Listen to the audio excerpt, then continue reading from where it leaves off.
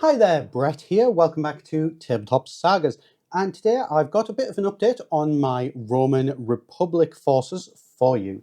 So let's dive right in and have a look at some models. These are the commanders that I'm going to be using for my force. These are metal miniatures from Footsore.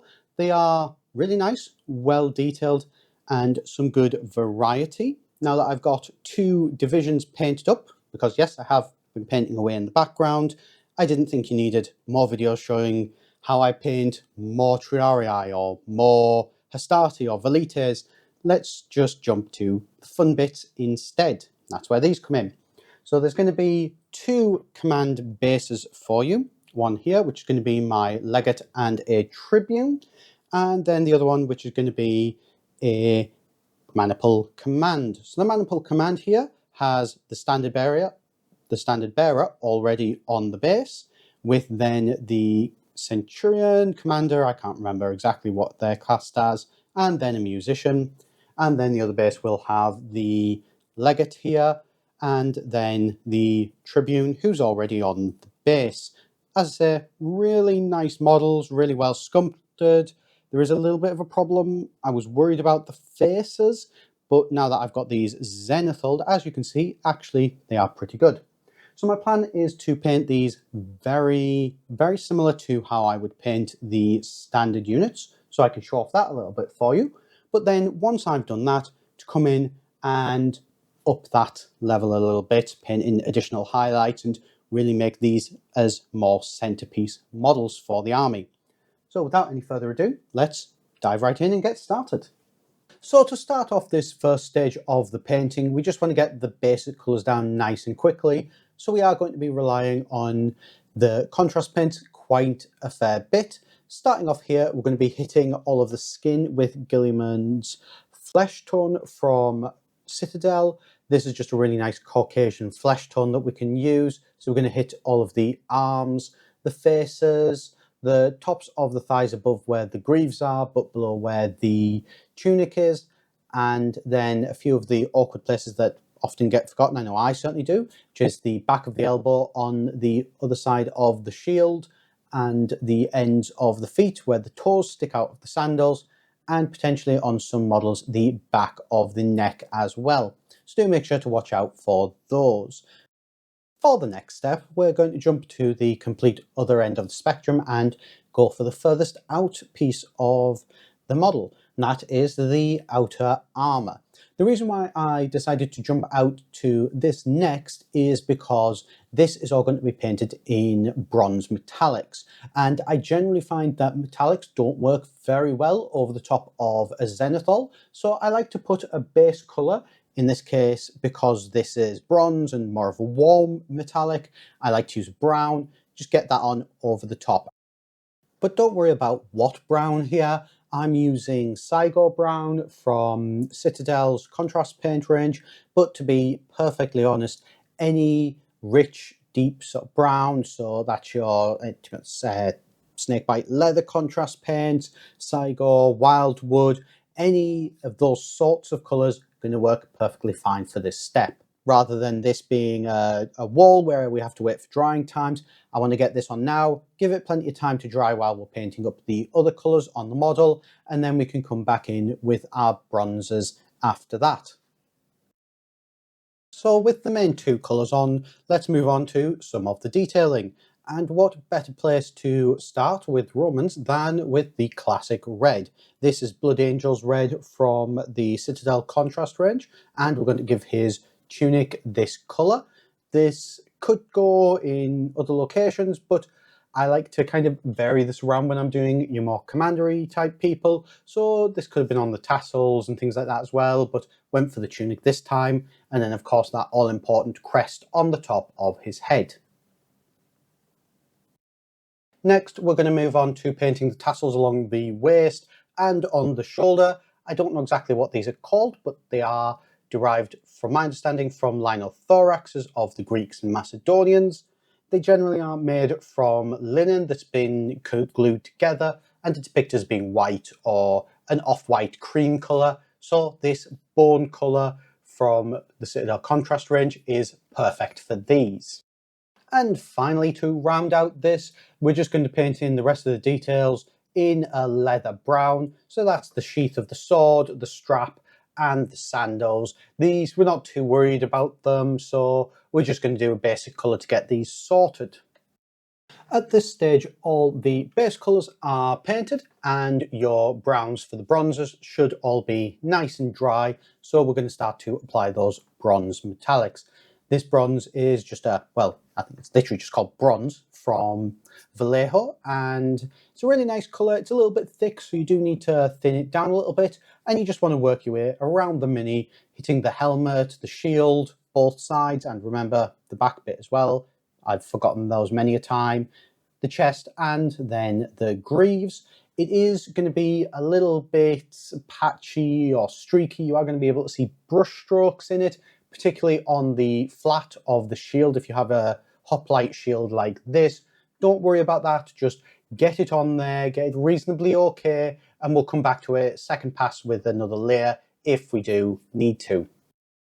And finally, for this first step of painting, to give the armour a little bit more depth, I'm going to hit it with an Agrax Earthshade. I'm not worried about any of the other contrast paint parts, just this is purely going on that bronze metallic, just to help it out a little bit. And with the wash dry, here is what the miniature looks like at this stage. Now at this stage, for your rank and file guys, this is actually where I would pretty much leave it. There is a good bit of shade, the base tones are fine. Arguably from the contrasts, there's a little bit of highlighting. Although I don't really think that there is, to be perfectly honest. That's just not what contrast really does. So here though, this stage, put a matte varnish on that, and you know what, I'd call that good, to be perfectly honest. And this is where the rest of the units are as well, and this is where the rest of the commands are as well. So here we've got our banner bearer standard, whatever you want to call it, for the maniple command. Nice, just really simple, just got a bit of a bear skin, I believe it is, fur pelt on a normal guy. And then coming over to this one as well, and we've got our legate, our maniple command, and our musician. So these are looking really nice. I'm not 100% sure on the zenithal prime, as I mentioned that I do generally try and do just a white prime on my base troops. I tend to find that gives them a little bit of a brighter look in final finish. These, however, they're a little bit dark and gritty, particularly in terms of the skin for my liking, but that's okay because we can fix these up. Because at this stage, particularly for your command, you may want to try and take things a little bit further. So going back into this guy that we've been working on over here, that's exactly what we're going to do. To boost the brightness for these, we're going to take the base contrast paint that I used, mix it in with some bright flesh, pale flesh I believe it's called, from Vallejo, and then we're going to hit all the raised areas that we can that wouldn't be in shadow and brighten this up a little bit. I'm not 100% sure on this because it does look a little bit stark compared to particularly the black parts from the zenithal, but hey, we're going to keep going. This will still boost that brightness and the lightness up a little bit. As I mentioned in the base coats, the tassel parts are painted based on the linothoraxes of the Greeks. So to get these looking a little bit more like how I intended, we're going to go back in with an off-white cream colour and lighten all of these up. We'll then hit this with a white just on the edges for a final spot highlight to really bring these up and lift their brightness up quite a considerable bit. I of course have the main Roman colour, that nice red, and while the Blood Angels red is a really vibrant colour, I want to punch that up a little bit more. So coming in here with Vermilion from Vallejo, this is a really vibrant punchy red that I got recently that I am really liking. So we're going to just put this on all the raised areas, really punch up that vibrancy, and then to give it a bit of a highlight to push it even further, we're going to mix that in with some hot orange, and then just hit that all along the edges to really really punch up that red as much as we can in terms of vibrancy without taking into a pink and highlighting up using white.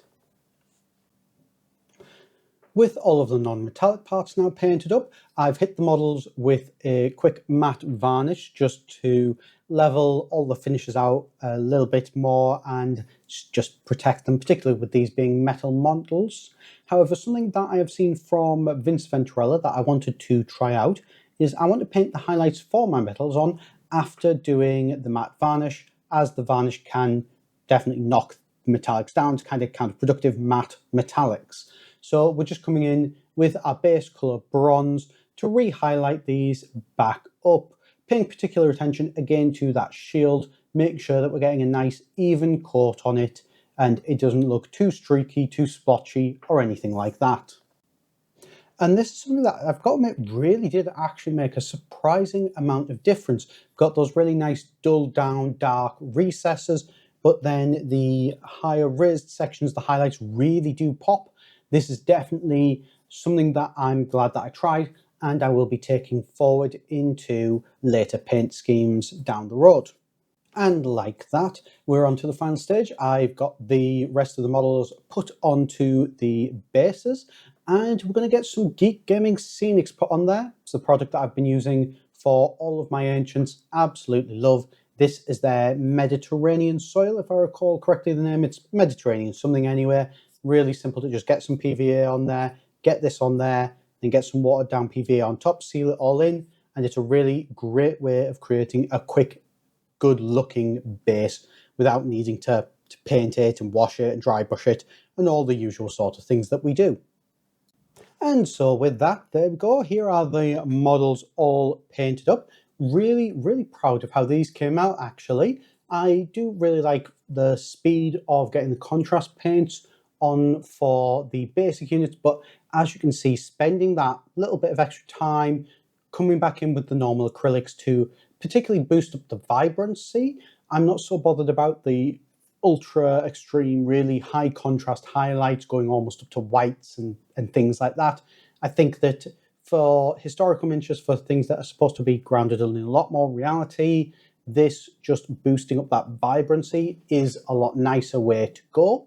I think that I've got my commander now and my my first commander and then my general, and yeah, really, really happy with how these look. The next is going to be moving on to the cavalry division for this. So if you do want to see that and how this and all my other armies progress, do be sure to hit the subscribe button down below. It would be a massive help to me here. And so thank you very much for watching if you made it this far. I've been Brett and I will see you here again at Tabletop Sagas.